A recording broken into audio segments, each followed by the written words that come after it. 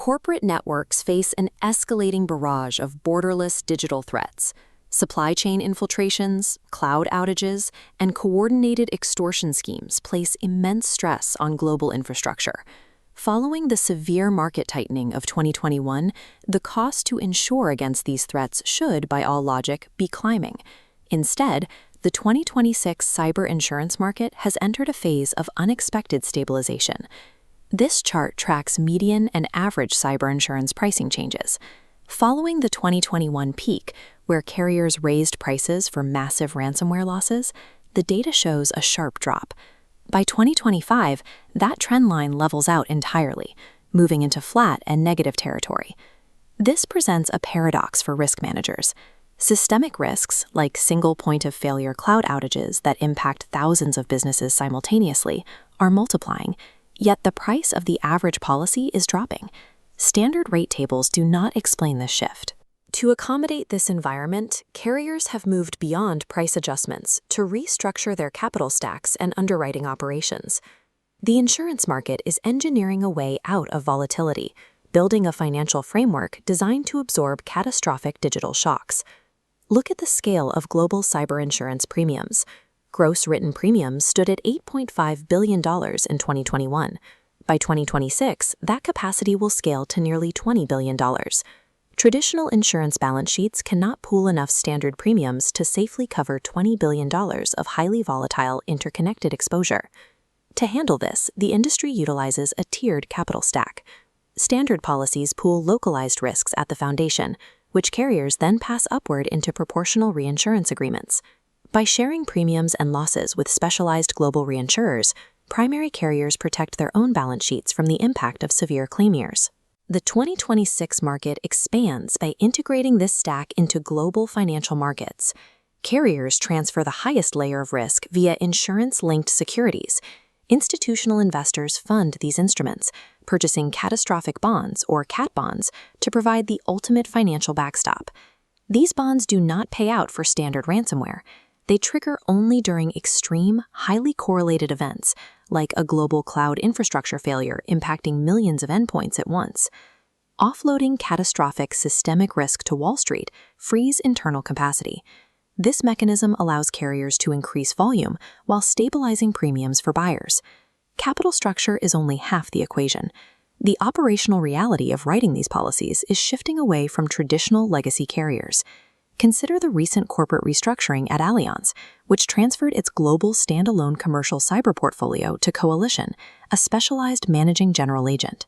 This acknowledges a limitation in legacy underwriting. Static annual risk assessments cannot keep pace with the hour-by-hour mutations of modern cyber threats. The replacement for the annual questionnaire is the active insurance model, which splits the underwriting ecosystem in two.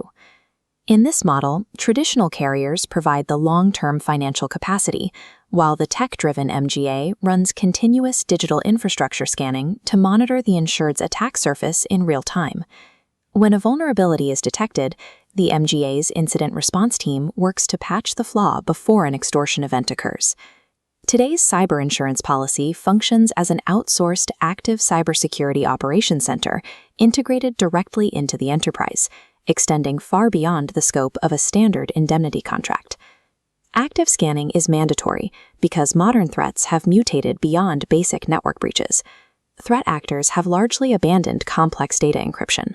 Today, they execute pure data exfiltration, stealing data and extorting the company with the threat of public disclosure. Alongside extortion, AI-driven attacks are rising.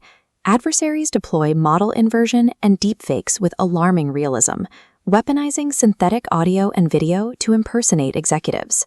Underwriters are also absorbing massive losses from a threat vector involving no hackers, non-breach privacy claims.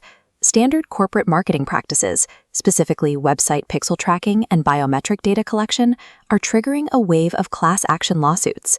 The plaintiff's bar leverages decades-old statutes, like the 1968 Federal Wiretap Act, to extract statutory penalties reaching $10,000 per individual violation. The reality of the 2026 market is that internal practices often create the most expensive cyber liabilities. Marketing and IT departments violating evolving privacy standards trigger the same financial damage as a foreign state actor. This map tracks U.S. state AI governance legislation for 2025. It illustrates the compounding pressure of fragmented regulatory frameworks governing digital privacy and artificial intelligence. For multinational corporations, this accumulation of individual state laws creates a chaotic, overlapping compliance landscape. Outside the U.S., governments utilize highly centralized, punitive enforcement. Consider Indonesia as a case study in severe regulation.